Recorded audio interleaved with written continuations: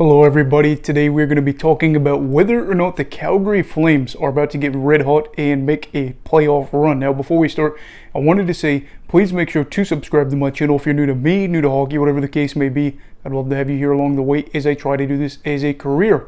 Now let's get into it. And of course, this is really more so about whether or not the Flames can go on a run to get to the playoffs, because currently they're not in a spot or a divisional or wild card spot. So we're going to talk about that. So the Flames, as of right now, sit at 34, 26, and 15, 83 points on the year, and are just outside of a playoff spot right now, just behind the Winnipeg Jets, who are 41, 31, and 3. Good enough for 85 points, a 2-point lead there. And for the Flames, this has been a while now that I feel like they've been out of a playoff spot. So does Calgary really need to focus strictly on the second wild card spot if they want to try to get into the playoffs? My answer is absolutely. The Oilers, as of right now, sit third in the Pacific with 95 points in 75 games played, and that does not really leave much of a chance for the Flames to be able to get into the top 3 seeds for their division. Probably is not going to happen in any world that I could see. Plus, you have Seattle above them, so they'd have to literally get past Seattle and then hope to hop above whatever the other teams would be, whether that be Edmonton or LA, whatever the case is. So yeah, they really do need to focus in on this wild card spot. That being said, do they still have a chance? That is something that I feel like a lot of people are talking about, and for good reason, because some people would say that it's dead, but I'm going to actually say yes, the Flames absolutely have a chance here. They actually have the easiest, I repeat, easiest remaining strength of schedule according to tankathon.com, and have games featuring these teams: Anaheim Ducks, Chicago Blackhawks, Nashville Predators, San Jose Sharks, and then the Vancouver Canucks twice.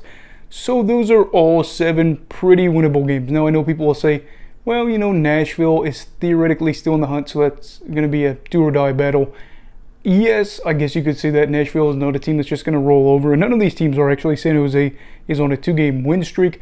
But in general, you're looking at clubs that are desperate in the form of Calgary and Winnipeg. They are probably more likely to put up a fight than a team like San Jose, who has something to lose if they are winning games when it comes to their draft lottery odds. Not saying the team's intentionally losing, but I think there's a little bit more to play for if you are a team like the Flames. But absolutely, it is important for them to take it one game at a time. Just look at it as the team that you have next on your schedule. That's what you got to do, and focus on themselves, not necessarily the Winnipeg Jets.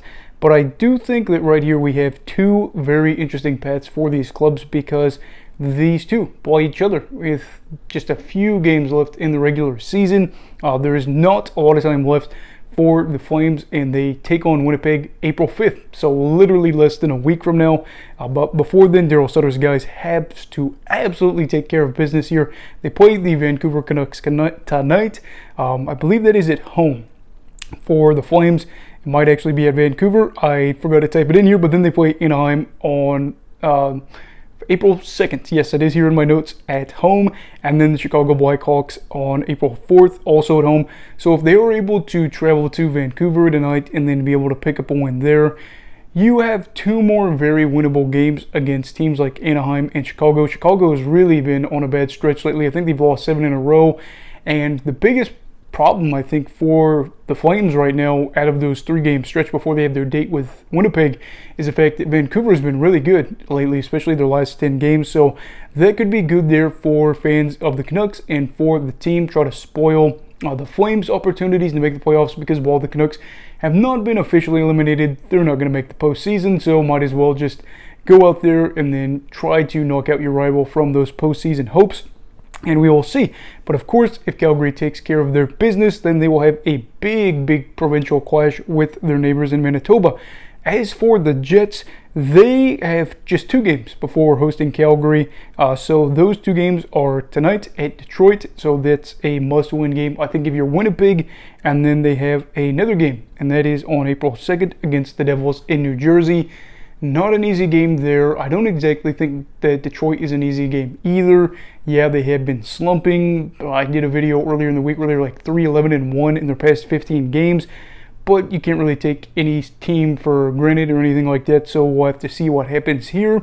And I also want to see if fatigue plays a factor in this potential lead up to this clash between the Jets and the Flames. You're looking at Calgary having to play 3 games compared to 2 against, these teams, and while these 2 teams that they play in the form of the Ducks and the Hawks are at home, and they are, should be wins if you really are trying to make a playoff push. You never really know truly, whereas the Jets have to travel to Detroit, Winnipeg to Detroit. Obviously that is a distance, but I don't know. But of course you're looking at the Flames too, and you understand that their longest trip before this is just to Vancouver, which isn't that far from Calgary. And I'm excited because Calgary absolutely has to be as frantic as possible to try to close out the year. So I think we're going to see a lot of desperation from them.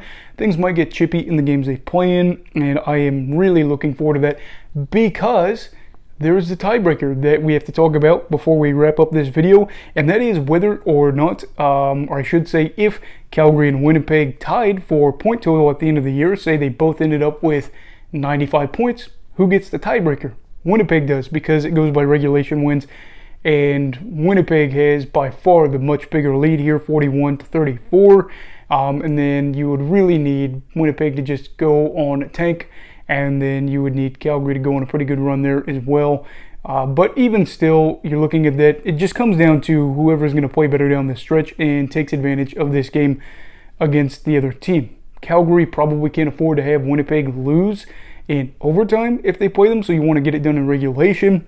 Of course, Winnipeg theoretically has a little bit more room to work with, but the good thing for Daryl Sutter's guys is that Rick Bowness's guys actually have a few more tough games throughout this little bit left before the playoffs start, and that is as they take on the Minnesota Wild, Colorado Avalanche, 2 teams that have a lot to play for. Minnesota is trying their darndest to try to hold off Colorado right now for the top spot in the Central Division, and I'm really giving kudos to Minnesota there, because I thought Colorado was going to run away with it. Haven't had a lot of success against playoff position teams this March. Today's the last day of March, but we will see. And of course, we will have to see whether or not the Flames get red hot. I am going to go towards yes. And personally, I'm going to say that the Jets nosedive down the stretch. The Flames take care of business and find a way to sneak in. I am aware the tiebreaker does favor Winnipeg. There's not a lot of room left. But I think these Flames might just catch fire here. We'll have to see. What are your thoughts? And do you think that the Calgary Flames are going to go on a run and make the playoffs? I'd love to hear your thoughts down below in the comments. Also, please make sure to like this video if you enjoyed it. Subscribe if you're new. Everybody stay safe. Have a great night. And you go with hockey all right.